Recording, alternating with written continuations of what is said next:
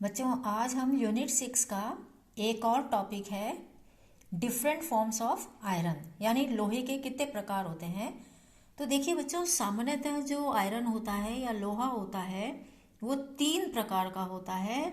और ये जो हमने जो इनका क्लासिफिकेशन किया है या इनको क्लासिफाई किया है या इनको डिवाइड किया है कि कितने प्रकार के होते हैं, ये किस बात पे निर्भर करता है कि इनमें परसेंटेज ऑफ कार्बन कितनी है। उसके आधार पर लोहा 3 प्रकार का होता है।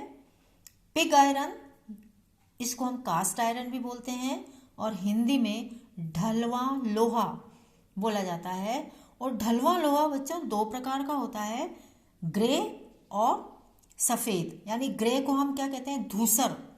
धूसर ढलवा लोहा या श्वेत ढलवा लोहा।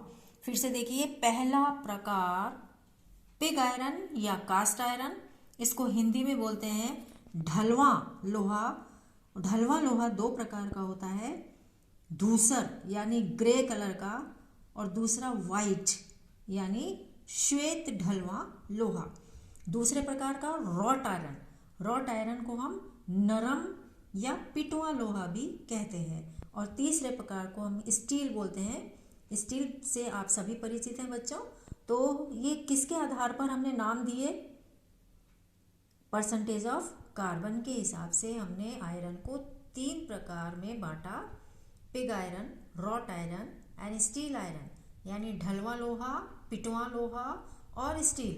देखिए, ढलवा, पिटवा और स्टील के बारे में थोड़ा थोड़ा जानते हैं कि ढलवा लोहा होता है वो लोहे का सबसे अशुद्ध रूप होता है, और पिटवा लोहा होता है वो सबसे शुद्ध प्रकार का होता है, और स्टील जो होता है वो सबसे ज़्यादा उपयोग में लाया जाने वाला लोहा होता है। अब ढलवा लोहे में कार्बन होती है 25%, जबकि पिटवा में 0.12 से 0.25%, जबकि स्टील में 0.25 से और 1.5% तक कार्बन होती है। अब तीसरी बात देखिए कि ढलवा लोहा का जो गलनांक है वो 1200 डिग्री सेंटीग्रेड है, जबकि पिटवा लोहा है वो 1530 डिग्री सेंटीग्रेड के बाद पिघलता है, यानी मेल्टिंग पॉइंट उसका 1530 है, जबकि स्टील का 1350 डिग्री सेंटीग्रेड है। और अधिक जानकारी देखिए कि धूसर ढलवा लोहा, इसका उपयोग कहाँ होता है, भट्टी के दरवाजे और भट्टी के ही अन्य पार्ट्स जो बनाते हैं भाग, उनमें धूसर लोहा यानी ग्रे ढलवा लोहा काम में लिया जाता है। जबकि सफ़ेद वाला जो है वो कार और रेल के पहिए बनाने में।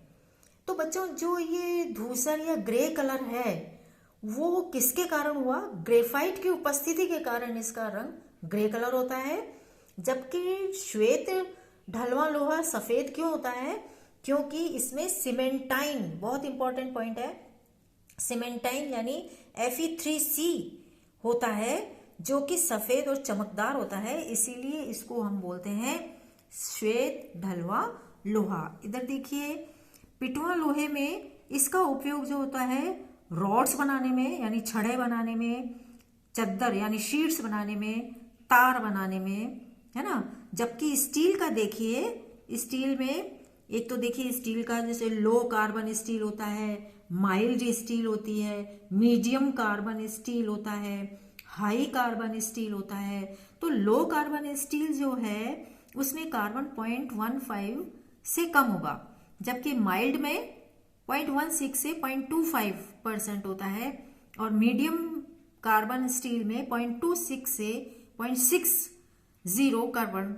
परसेंटेज होता है, और हाई कार्बन 0.61 से 1.40% कार्बन होता है। तो ये जो है, जैसे मान लीजिए कि लो कार्बन स्टील है, वो कहाँ कैसे काम आएगा, किस रूप में काम आता है कि इसकी ट्यूब्स बनाई जाती हैं, शीट्स बनाई जाती हैं, है ना, प्लेट्स बनाई जाती हैं। जबकि जो माइल्ड स्टील होता है उसकी बार्स, सलाखें मतलब रॉड्स, है ना, फॉर कंक्रीट इसके लिए होता है। मीडियम कार्बन स्टील होता है वो कैसे होता है, tools and cables, high carbon वाले जो है वो टूल्स और केबल्स, व्हील आदि इनका इनमें उपयोग होता है। फिर से देखिए कि लो कार्बन स्टील जो होता है वो ट्यूब्स बनाने में काम आती है, माइल्ड स्टील वाला शीट्स और प्लेट्स बनाने में, मीडियम कार्बन वाले बार्स, रॉड्स, और ये जो रॉड्स बनती है अपनी इसमें कंक्रीट में आरसीसी के लिए उसमें काम आती है, जबकि हाई कार्बन वाले इनके औजार बनाए जाते हैं, केबल्स बनाई जाती हैं और पहिए बनाए जाते हैं।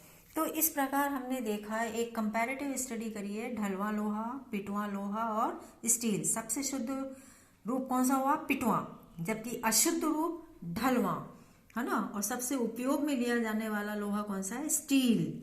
ठीक है, तो इस प्रकार से हमने 3 प्रकार के लोहे की हमने आज स्टडी करी है।